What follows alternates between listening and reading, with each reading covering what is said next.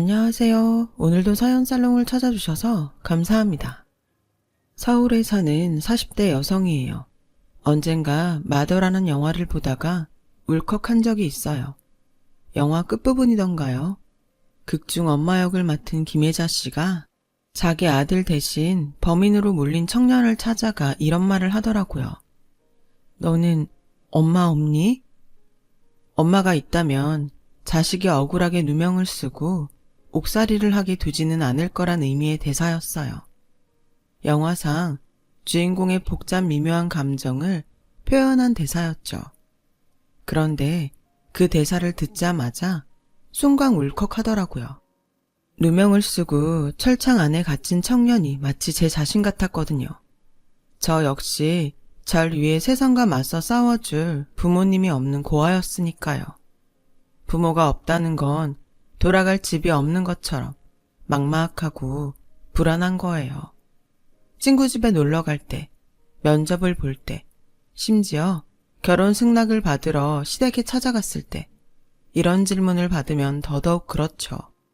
부모님은 뭐 하세요? 상대의 이 질문에 저처럼 부모 없는 사람들은 순식간에 세상에서 가장 불쌍한 사람이 되곤 해요. 그렇다고 제가 처음부터 고아였던 건 아니에요. 초등학교 1학년 때까지는 저도 다른 친구들처럼 부모님의 사랑을 듬뿍 받고 살던 평범한 아이였거든요. 그날 그 사고만 없었더라면 말이죠. 초등학교에 들어가고 처음 맞았던 어린이날, 저는 며칠을 부모님을 졸라 용인에 있는 대공원에 놀러 갔어요.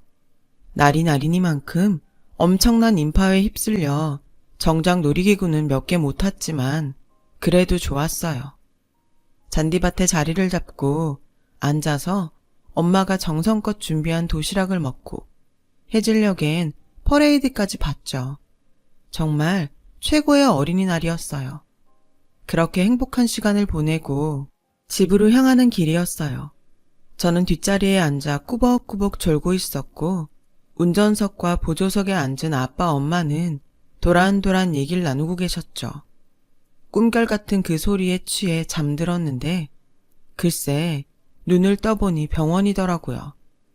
몽둥이로 두드려 맞은 것처럼 온 몸이 엄청 아프고 숨을 쉴 때마다 배에 힘이 빠지고 아팠어요. 꼭 금방이라도 죽을 것만 같았죠. 그런데 그보다 더 무서웠던 건 옆에 엄마 아빠가 없다는 거였어요. 제가 감기 기운만 조금 있어도 밤새 제 곁을 지켜주시던 분들인데 내가 이렇게 아픈데 옆에 없다니 이상했죠. 그래서 간호사 언니한테 우리 엄마랑 아빠 어딨냐고 물었더니 당황하면서 아무 말 못하더라고요. 그리곤 경찰 아저씨를 데리고 왔어요. 경찰 아저씨는 힘들게 얘기를 꺼내셨죠. 음주운전 차량과 정면 충돌을 해서 엄마 아빠가 세상을 떠나셨고 저 혼자만 살아남았다고요. 믿을 수가 없었어요. 조금 전까지 제 앞에서 도란도란 얘기를 나누던 엄마 아빠가 나만 두고 세상을 떠나셨다니요. 이건 분명 꿈일 거라고 생각했어요. 그래서 있는 힘껏 제 팔을 꼬집어 봤는데 아프더라고요. 그제야 꿈이 아니란 걸 알았죠. 하지만 여전히 실감이 나지 않았어요. 지금이라도 당장 엄마 아빠가 병실 문을 열고 들어올 것 같았거든요. 하지만 끝끝내 엄마 아빠는 오지 않았고 저는 그렇게 고아가 됐어요. 부모님 장례식이 끝나고 저는 부산에 살고 있는 고모 집에서 살게 되었어요. 고모라고는 하지만 아빠와는 배다른 남매 사이라서 지금껏 얼굴도 한번 본 적 없는 사이였죠. 경찰 아저씨들이 하는 얘기를 들었는데 아무도 저를 돌봐주겠다는 사람이 없어서 시설에 보내려고 했대요. 그때 고모가 저를 맡아주겠다고 연락을 했다고 하더라고요. 결혼도 안 한 여자가 참 대단해. 친오빠도 아니고 배다른 오빠 딸을 키우겠다고 나서다니. 그렇게 저는 난생 처음 보는 고모를 따라 부산에서 살게 되었어요. 서울 우리 집을 처분한 돈과 부모님 앞으로 예금돼 있던 돈, 그리고 사망보험금은 고모가 관리하기로 했고요. 사실 그 돈 때문에 말이 많긴 했어요. 처음엔 저를 맞지 않겠다고 했던 친척들이 거액의 사망보험금 소식을 듣고는 고모 집에 들이닥쳤거든요. 그럴 때마다 고모와 친척들은 싸움을 벌였고 급기야 이웃의 신고로 경찰이 출동하기도 했을 정도였죠. 상황이 그렇다 보니 고모와 저는 친척들을 피해 이사를 다녀야 했어요. 얼마나 지독하게 쫓아왔는지 한 번은 학교까지 찾아와 난동을 피운 탓에 제가 고아라는 사실이 전교에 퍼져서 한동안 전교생의 눈치를 봐야 했어요. 마치 운동장에서 발가벗고 서 있는 기분이었죠. 그 일이 있고 얼마 뒤 고모는 변호사를 선임해 친척들이 제게 접근하지 못하도록 접근 금지 명령을 받아냈어요. 그제야 고모와 저는 더 이상 친척들 괴롭힘에 시달리지 않을 수 있었죠. 고모는 말수가 적은 사람으로 감정을 드러내지 않는 분이었어요. 저에게 필요한 것들은 부족함 없이 챙겨주는 분이었지만 그렇다고 살갑거나 따뜻한 분은 아니었어요. 그래서 고모와 함께 살면서도 함께 대화를 나눠본 적은 거의 없어요. 필요한 말 외에는 하지 않았거든요. 그렇다 보니 고모와 함께 사는 집은 일종의 기숙사처럼 여겨졌고 그래서 내가 독립할 나이가 되면 언제고 떠나야 되는 곳으로 인식됐어요. 서울에 있는 대학에 입학을 하면서 고모 집을 나오게 됐을 때 미련 없이 나올 수 있었던 것 같아요. 혼자서 서울살이를 하고부터는 부산 고모 집에 가는 일이 뜸해졌어요. 가끔 고모가 서울로 올라오긴 했지만 그저 식당에서 밥 한 끼 같이 먹고는 다시 돌아가는 시기였죠. 그러다가 제가 지금의 남편을 만나 연애를 시작하고부터는 그런 만남도 끝나고 말았고요.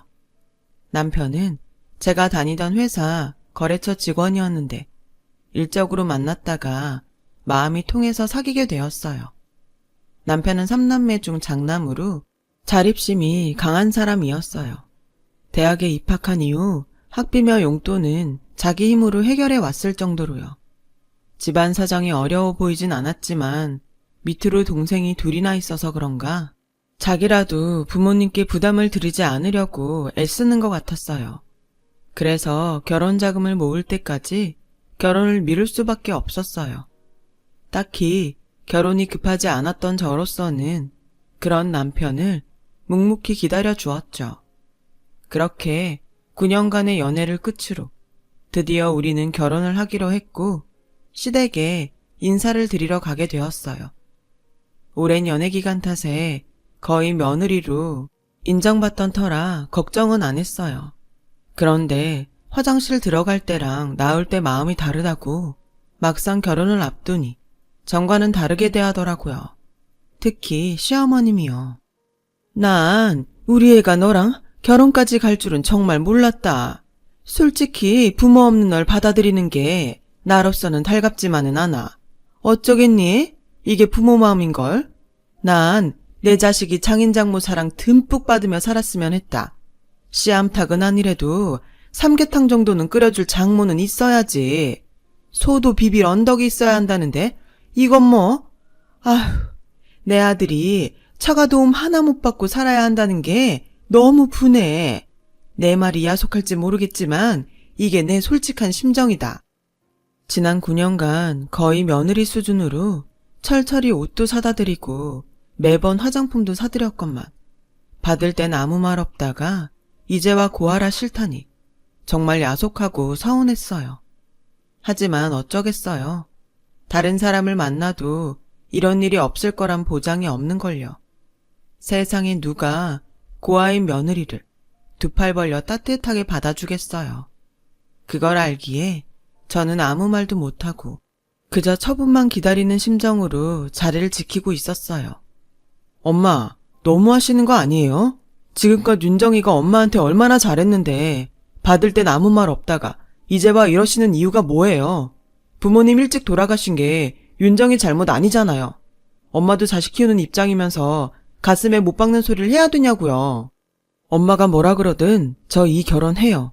지난 9년 동안 내 뒷바라지에 우리 집 뒷바라지까지 다 해온 윤정이랑 절대 못 헤어진다고요. 그러니까 엄마가 마음 접으세요.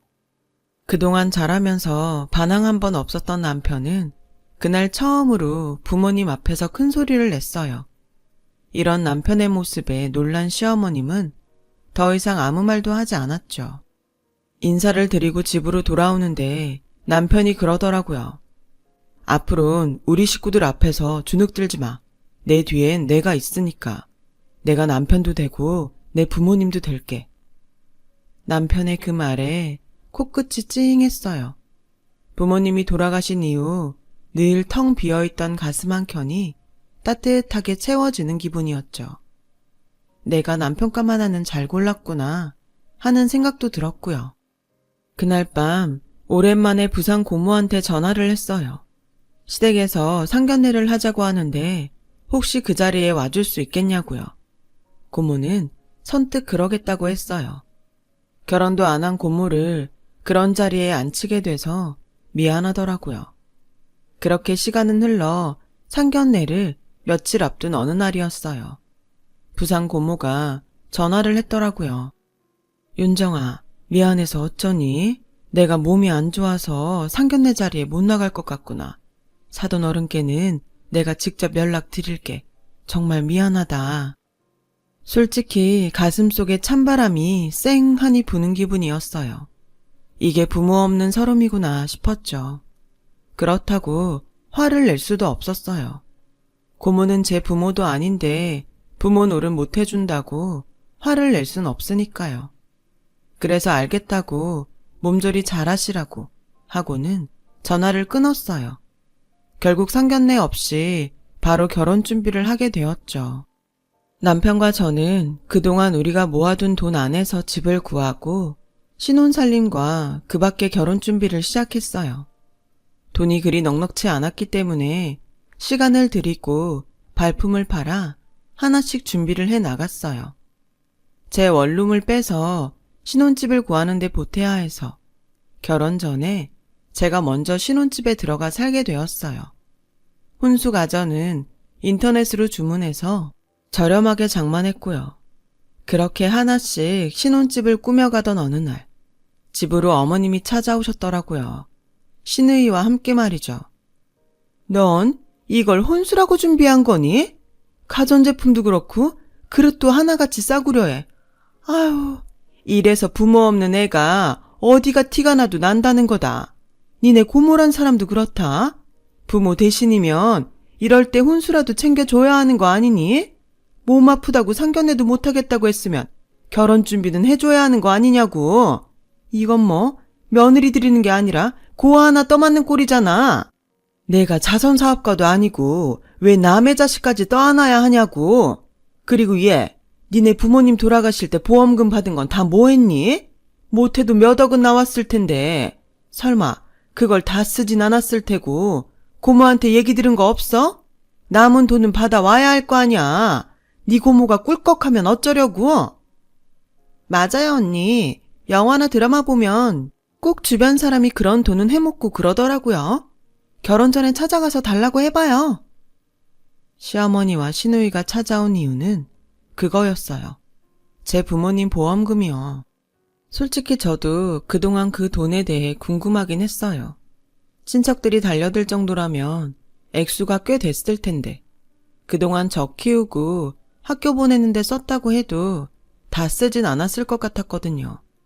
하지만 고모가 직접 얘기를 해주면 모를까. 제 입으로 돈 얘기를 꺼내긴 좀 껄끄러웠어요.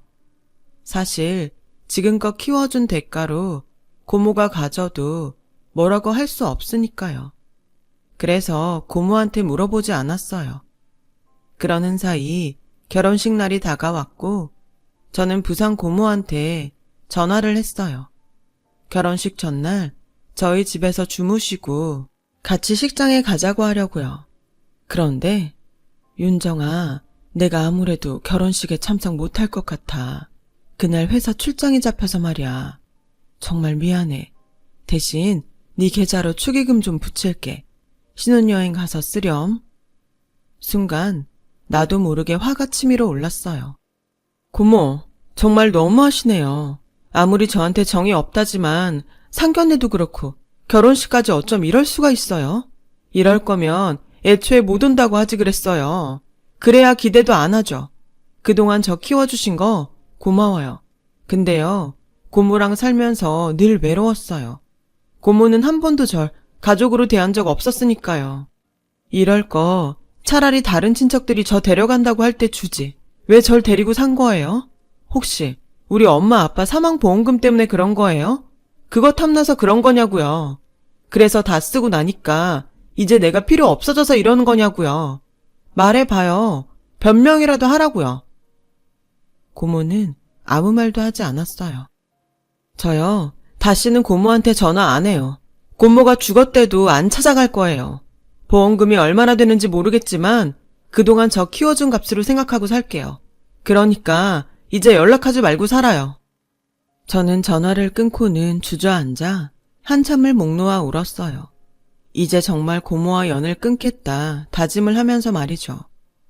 결국 고모는 결혼식에 오지 않았고 신부 부모석은 공석인 채 의자만 덩그러니 놓여 있었어요.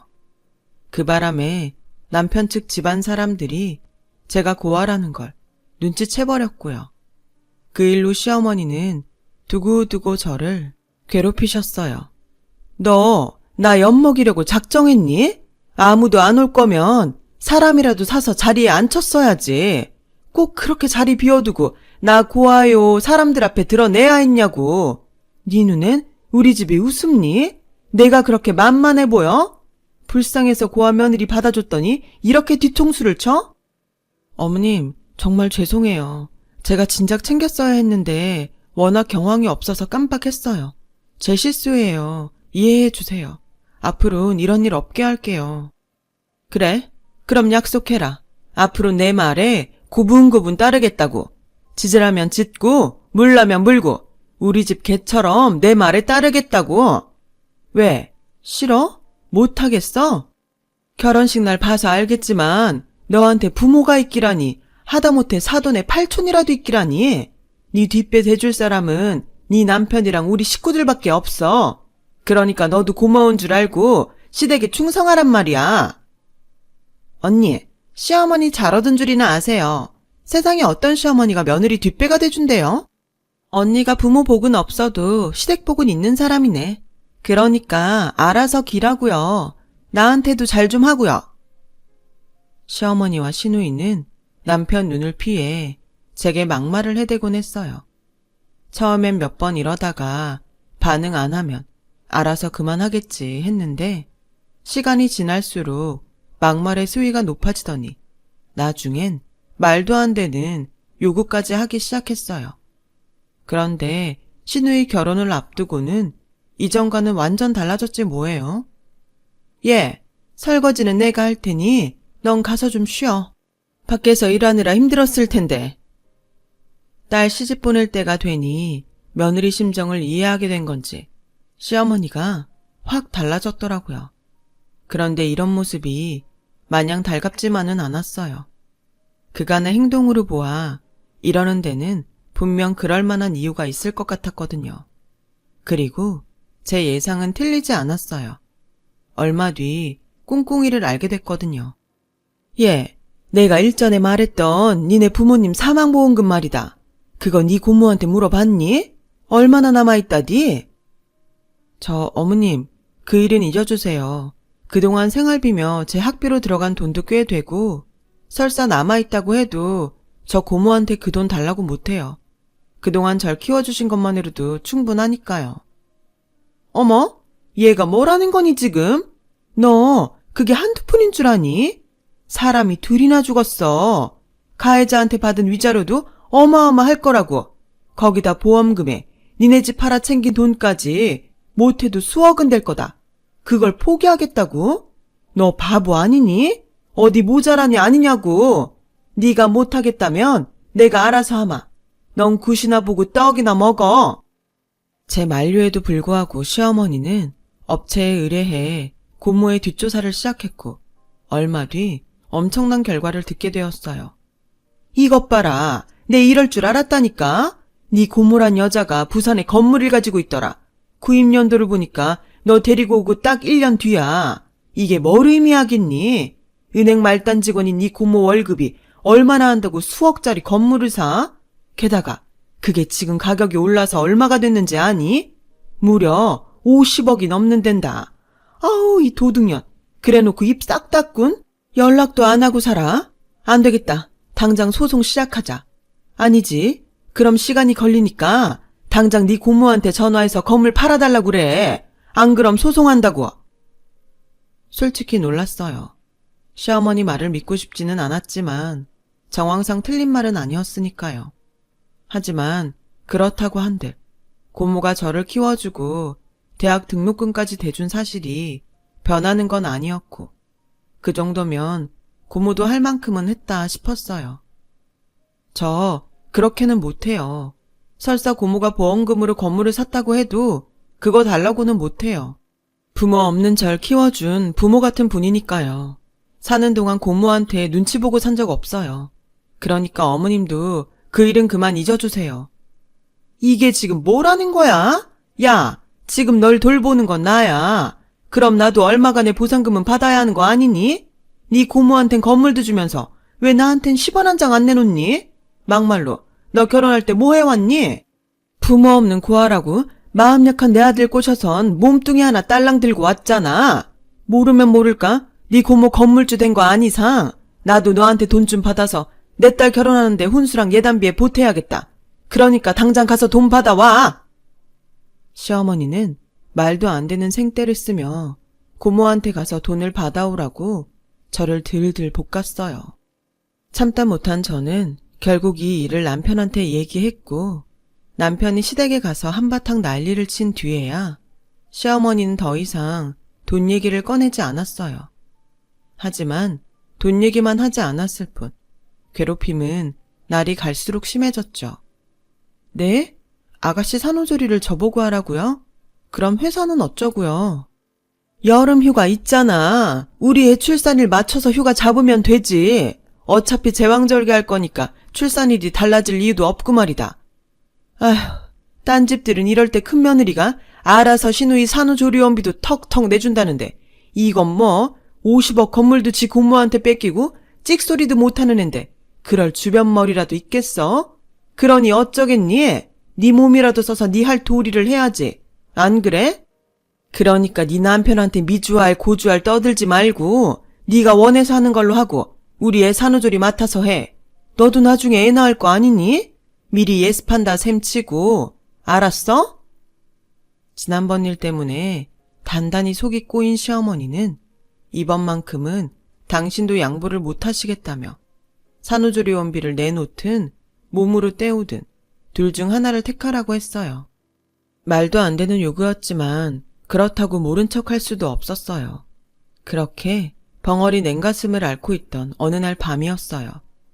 자정이 넘었는데 남편 휴대폰으로 전화가 왔더라고요. 남편은 액정에 뜬 이름을 확인하곤 화장실로 들어가 전화를 받았어요. 그리고는 잠시 뒤 굳은 표정으로 나와 제게 그러더라고요. 여보, 나랑 부산에 좀 가야겠다. 자기 고모님이 방금 숨을 거두셨대. 남편의 말에 정신이 번쩍 들었어요. 비록 연락도 끊고 살기로 했었지만 제 유일한 혈육인데다 절 키워준 분이 돌아가셨다는데 왜 안 그렇겠어요. 그런데 좀 이상하더라고요. 전화를 해도 저한테 해야지 왜 남편한테 했냐는 거죠. 자기야, 근데 왜 당신한테 전화를 했대? 자기 번호를 어떻게 알고? 그제야 남편은 그동안 있었던 일을 제게 얘기해 주었어요. 남편은 저랑 사귄 지 얼마 안 됐을 때 당시 제가 살던 옥탑방 앞에서 서성이는 고모랑 우연히 마주쳤고 그날 이후 저 몰래 고모랑 연락을 주고받았더라고요. 고모는 제가 어디 아프진 않은지 돈 때문에 고생하지는 않는지 남편한테 묻곤 했다더군요. 결혼할 때도 저 몰래 집 구하는데 보태라고 5천만 원을 보내주시면서 부산에 사두신 건물 얘기를 하셨대요. 오래전 친척들이 제 부모님 보상금을 뺏으려고 할 때 몰래 사둔 거라고요. 언제고 때가 되면 저한테 돌려줄 생각이니 잘 기억하고 있다가 혹시 당신한테 무슨 일이 생기면 저한테 전해주라고 하셨다나 봐요. 고모님이 비밀로 해달라고 하셔서 그동안 말 못했어. 그리고 말이야, 고모님이 많이 아프셨어. 상견례를 앞두고 쓰러지셨는데 그때 병원에서 복막암 판정을 받으셨다나 봐. 상태가 너무 안 좋아서 바로 수술에 들어가느라 상견례도 못 오셨던 거고, 어떻게 해서든 결혼식은 참석하시려고 재활도 열심히 하셨는데 전이가 너무 빨라서 그러지 못하셨어. 당신이 알면 좋은 일 앞두고 힘들어할까봐 무슨 일이 있어도 절대로 비밀로 해달라고 하셔서 말 안 했던 건데, 이렇게 갑자기 떠나실 줄 알았다면 진작 당신한테 이야기할 걸 그랬어, 여보. 미안해. 남편의 얘기를 듣고 한참을 아무 말도 할 수 없었어요. 고모한테 버림을 받았다는 생각에 그동안 고모를 원망하고 미워했던 제가 너무 한심했어요. 그리고 오랜 시간 제 주위를 맴돌며 저를 지켜주었던 고모를 알아보지 못한 제 무심함에 화가 났어요. 한 번도 나를 진심으로 사랑해준 적 없다고 생각했는데, 그래서 부산 집을 떠날 때도 아무런 죄책감 없이 떠났었는데, 어쩌면 이게 다 이별할 때 제가 미안해하지 않도록 하기 위한 고모의 배려였다고 생각하니 눈물이 멈추지 않았어요. 그 큰 사랑을 받고도 늘 받은 게 없다고 생각했던 제가 한심했어요. 그날 남편과 함께 부산으로 내려간 저는 장례를 치른 뒤 고모가 살던 부산집을 정리하러 갔어요.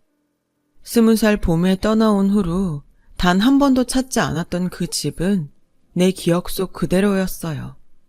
제가 쓰던 방은 나올 때 그대로 잘 정돈되어 있었죠. 어쩌면 고모는 제 방을 쓸고 닦으며 제가 찾아와 주길 바랬는지도 몰라요. 언제고 찾아와도 어색하지 않도록 떠날 때 모습 그대로 지켜왔던 거겠죠. 생각이 거기까지 이르자 가슴 속에서 뜨거운 무언가가 솟아올랐어요. 그리곤 하염없이 눈물이 흘러내렸죠. 그날 저는 부산 우리 집에서 고모에 대한 미안함과 그리움을 눈물에 담아 흘려보냈답니다. 장례식을 마치고 집에 돌아와 보니 시어머니가 와 계시더라고요.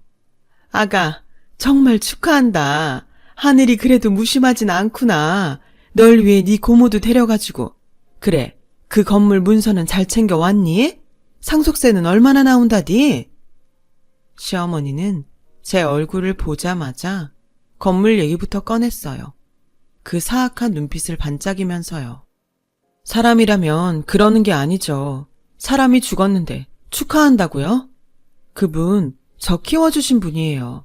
빈말이라도 고인의 명복을 빈다는 말 정도는 하셨어야죠. 어떻게 축하한다는 말을 하세요? 어머님이 그러고도 사람이에요? 왜요? 그 건물 팔아서 어머님 딸 산후조리원비 내란 말 하려고 오셨어요? 아니면 고아 며느리 받아준 대가로 한몫 단단히 챙기려고 건물 팔아달란 말 하러 오셨어요? 도대체 왜 자꾸 와서 제 속을 뒤집으세요? 따지고 보면 어머님도 고아잖아요. 근데 왜 저한테만 고아라고 막말하고 함부로 대하시는 건데요? 부모 없는 건 어머님이나 저나 똑같은데 왜 저만 괴롭히냐고요. 잘 들으세요. 앞으로 저한테 함부로 하지 마세요.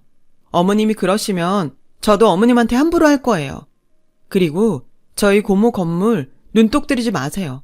그 건물에서 나온 돈 10원 한 장도 어머님이랑 어머님 딸한테 안 갈 거니까요. 아셨어요? 저는 그동안 참았던 말을 퍼붓곤 방으로 들어왔어요. 얼마나 힘을 주고 말했는지 손가락이 바들바들 떨리더라고요. 그날 이후 더 이상 어머님은 제게 고아란 말을 꺼내지 않으셨어요. 제 말에 겁을 먹어서 그런 건 아니고 남편이 폭탄 선언을 했거든요. 한 번만 더 제 앞에서 고아 어쩌고 소리를 하면 부모 자식 간의 연을 끊고 살겠다고요. 엄마들은 나이 들면 아들 눈치를 보게 된다더니 그 말이 딱이었죠. 아무튼 일련의 사건으로 저는 하루아침에 50억대 건물주가 되었어요. 저에게 시댁의 개로 살라던 시어머니는 닭 쫓던 개가 되어선 지붕만 쳐다보는 격이 됐고요. 인생사 새옹지마라고 이렇게 상황이 역전될 줄은 몰랐네요. 오늘따라 고모 생각이 많이 납니다. 고모한테 가서 고모랑 수다 떨다 와야겠습니다. 저를 묵묵히 지켜준 고모를 위해서라도 기죽지 않고 인생 열심히 살아보려 합니다.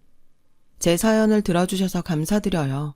항상 건강하시고 행복하세요. 여러분, 사연 댓글에 응원과 현명한 조언 부탁드려요. 좋아요와 구독은 저에게 큰 힘이 됩니다.